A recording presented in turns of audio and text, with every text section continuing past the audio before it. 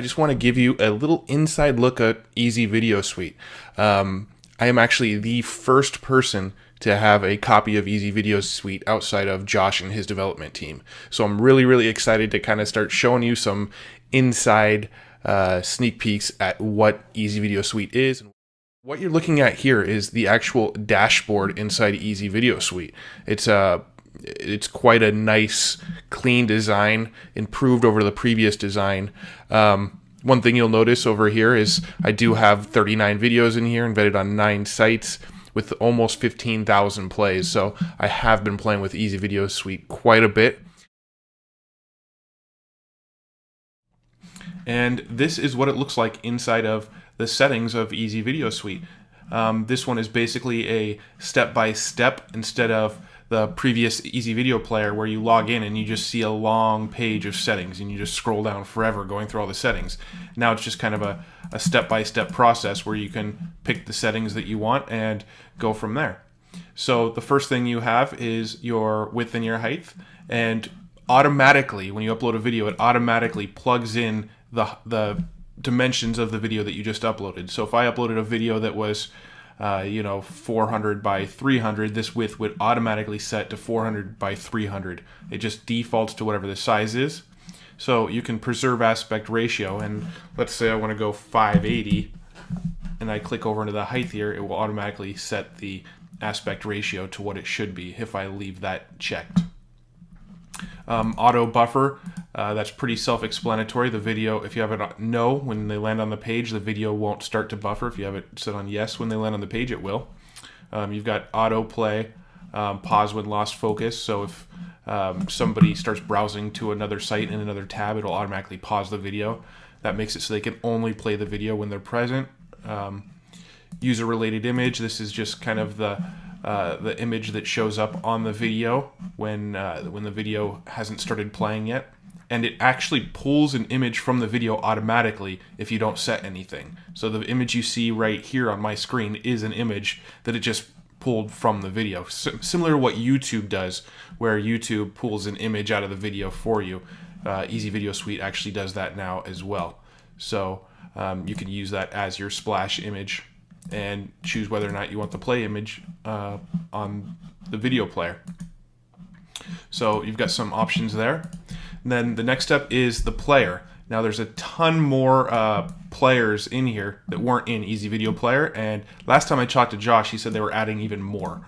So there's just a huge selection of various players, basically the skins that the player looks like. I tend to use this one back here. I don't know why, I just really like this clean little design. On mouse over, display these buttons. This was in Easy Video Player too, but you can turn these on and it'll display a little social sharing button in the corner inside the video. You've got the player entrance here, which really grabs attention when people land on the page. It makes it so when they land on your page, the video actually animates onto the screen. So I can't actually preview it, but for example, bounce in. They'd land on the page, and the video would bounce onto the page and then stop. And that just really grabs attention to get people to press play on your video. You can delay the start of the video. You can add watermarks to the video, and select which corner you want your watermark to display in. Lights out ability. This is really cool. What this does is when they press play on the video, it actually makes everything around the video kind of fade out, so that the video is the center of attention. Everything else kind of grays out a little bit.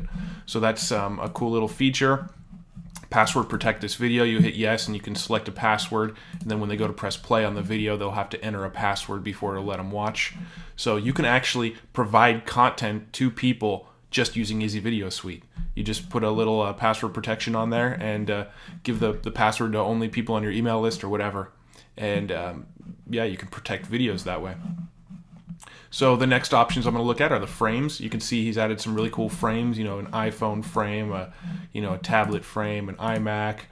I believe, I'm not sure what this is. Maybe is this supposed to be a laptop? I'm not sure. But he's got a bunch of different cool frames here that you can play with. A little chalkboard theme, different stuff like that. So those are cool. These little borders that he's added add a real cool effect to it. Now, this was in the previous one where there was a little bar below the video. You can turn on this bar and have sharing buttons. But as you can see, he's just added a ton of sharing buttons. You can actually change the color of the bar now, add a custom color. This is all kind of new here. So let's make it a blue bar, and let's say we want to allow people to share it on Facebook. Well, I could just take this Facebook thing, drag and drop it, and then it's going to ask me what URL I want to share and a title that's going to say on Facebook.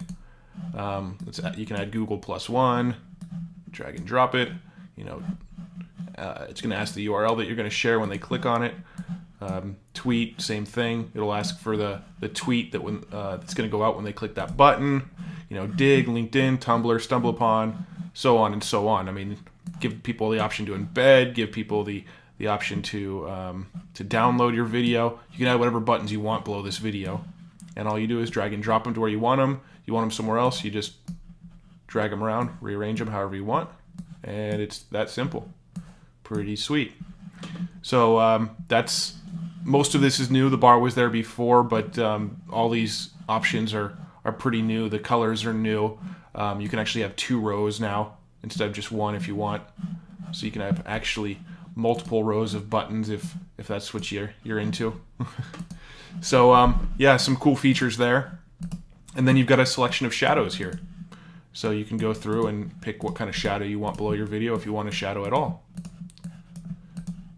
So yeah, and then of course you hit next and you can grab your embed code. So you click no, just save, or if you want to add events to the timeline, you can click yes, and it'll go to the next screen, which is events, which are things like adding buy buttons or opt-in forms inside the video or around the video. Those are what events are. And